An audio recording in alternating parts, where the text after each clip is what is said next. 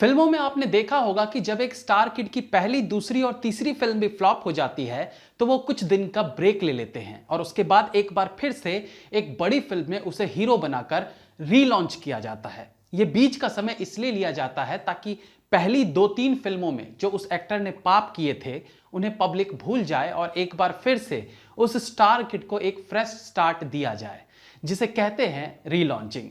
इस रीलॉन्चिंग के प्रोसेस में एक अहम भूमिका निभाते हैं पीआर टीम, जो उस स्टार किड को चमकाने के लिए उससे वो सब काम करवाते हैं जो उस बेचारे ने कभी नहीं किया था, ताकि लोगों के बीच उसे पॉपुलर किया जा सके।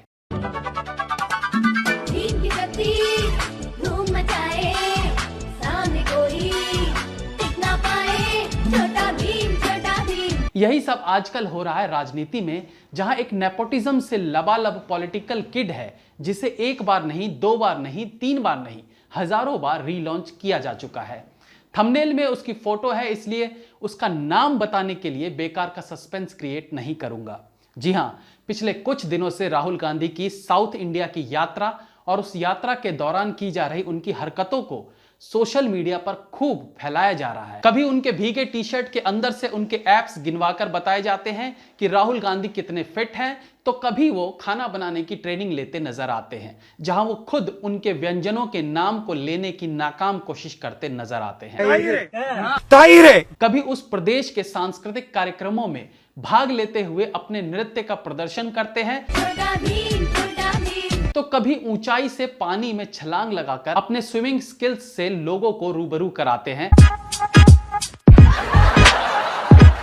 तो भैया, पिछले कुछ दिनों में आप इनकी ये सारी जो हरकतें सोशल मीडिया पर देख रहे हैं उसे कहा जाता है रीलॉन्चिंग, जहां उन्हें एक अलग रूप में जनता के सामने पेश किया जा रहा है, ये दिखाते हुए कि Pappu not can only sing but he can also swim, he can also cook. इतना ही नहीं, even he can do pushups. Oh sorry, गलती हो गई, सही बात है, गलती हो गई, ये दिखाना था। सच में चमचो जानबूझकर नहीं किया था। जब संबित पात्रा जैसे होनहार लोग टीवी पर ये गलती कर सकते हैं तो हम तो तुच्छ इंसान हैं। आप जो है निखिल भल्ला को राहुल गांधी के साथ भी देख सकते हैं। देखिए आप किस प्रकार से निखिल भल्ला राहुल गांधी के साथ राहुल गांधी के साथ यहाँ पे मौजूद है। ये निखिल संबित पात्रा कहाँ है राहुल गांधी इस तस्वीर में? ओह, स्वैप हो गया, सॉरी वो स्वैप हो गया तो वो गलत से हमारे ऑफिस के पीछे में निखिल राहुल लिखा था, ये वाला है। अब इन सारी यात्राओं के दौरान भले उन्हें चमकाने की कोशिश की जा रही हो, लेकिन एक खास नाम जो राहुल गांधी जी के साथ जुड़ चुका है, जिस नाम से सारी दुनिया उन्हें जानती है, आपको समझना होगा कि यह नाम उन्हें ऐसे ही नहीं दिया गया था। तो उस नाम का सम्मान करते हुए उन्होंने लगातार अपने पप्पू पने वाली हरकत बंद नहीं की। आम जगहों पर जहां उन्हें हिंदी या इंग्लिश में भाषण देना होता है, वहां वो सुनने वाली जनता को अपनी अलौकिक बातों से अचंभित कर देते हैं। गुजरात को अमूल दिया है, गुजरात को दूध दिया है, तो इस तरफ देखिए, इन महिलाओं ने दिया है, गुजरात की महिलाओं ने दिया है। और जहां उन्हें अपनी बातों को लोगों तक पहुंचाने के लिए ट्रांसलेटर की जरूरत पड़ती है, वहां उनका ट्रांसलेटर अचंभे में आ जाता है। Every month we will put 72,000 rupees into 5 crore bank accounts. ഓരോ മാസവും നമ്മൾ 72,000 കോടി രൂപ और रह रहकर उसके मन में राहुल गांधी के लिए एक ही सवाल आता है, कौन है ये लोग, कहां से आते हैं? जी हां, ये इटली से आते हैं। जहां जहां इन्होंने बिना बोले सांस्कृतिक हरकतों में भाग लिया, मेरा मतलब है सांस्कृतिक कार्यक्रमों में भाग लिया, वहां तक तो ठीक है, लेकिन जहां भी इन्होंने एक ट्रांसलेटर को लेकर अपना भाषण दिया, वहीं इन्होंने गुड़ गोबर कर दिया। It cannot be that we say Tamil Nadu is India, but India is not Tamil Nadu. कभी तमिलनाडु को भारत में घुसाते हैं तो कभी भारत को तमिलनाडु में, कभी किसानों को चाइना बॉर्डर पर भेजने की बात करते हैं तो कभी ये कहते हैं कि मैं 30 सेकंड में सो जाता हूं क्योंकि मैं मोदी जी से नहीं डरता। And I fall asleep at night in 30 seconds. I fall asleep at night in 30 seconds. I sleep at night in 30 seconds. अच्छा, राहुल बाबा जो पप्पू पना दिखाते हैं वो तो है ही, लेकिन उनके चमचे भी अब नमक का हक अदा करने में पीछे नहीं हट रहे। पौडुचेरी के सीएम साहब ने राहुल गांधी के लिए जो ट्रांसलेशन किया वो कमाल था। जब एक महिला ने वहां की लैंग्वेज में राहुल गांधी से उनकी पार्टी को लेकर कंप्लेंट किया, तो उस कंप्लेंट का ट्रांसलेशन वहां के सीएम साहब ने तारीफ में कन्वर्ट कर दिया। எங்களுக்கு யாரும் ஆதரவு கொடுக்க மாட்டாங்க. அவரே இருக்காரு. எங்களை வந்து ஒரு காலமாவது புயலுக்கு வந்து பார்த்திருக்காரு. Hello, we look at at that time during cyclone, sir, river cyclone, I came and visited the area and gave relief to that. That she said. यानी महिला ने बोला कुछ और, इंग्लिश में उन्होंने राहुल गांधी को बताया कुछ और। अब भैया इतना बड़ा पाप करोगे तो सजा तो मिलेगी ही। वहां की सरकार गिर गई। क्यों गिरी?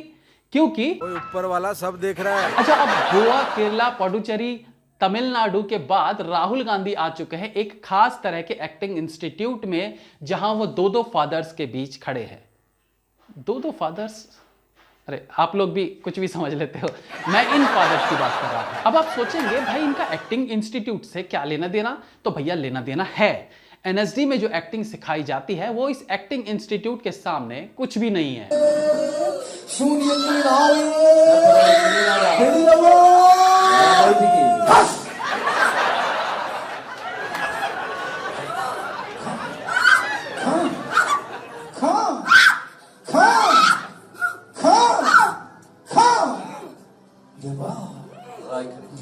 तो भैया बच के रहे, कहीं आप भी यहां एडमिशन ना ले लो। खैर, तो ये स्ट्रैटेजी राहुल गांधी को रीलॉन्च करने की थी, लेकिन रीलॉन्च के चक्कर में भाई साहब की फजीहत ज्यादा हो रही है। ये हो गए केजरीवाल, हो गए लेफ्टिस्ट गैंग, हो गए टुकड़े गैंग, हो गए, इन सब के भाषण में जो एक समानता होती है वो है मोदी जी। मोदी जी अपने नाम का सहारा देकर इन सब का घर पाल रहे हैं।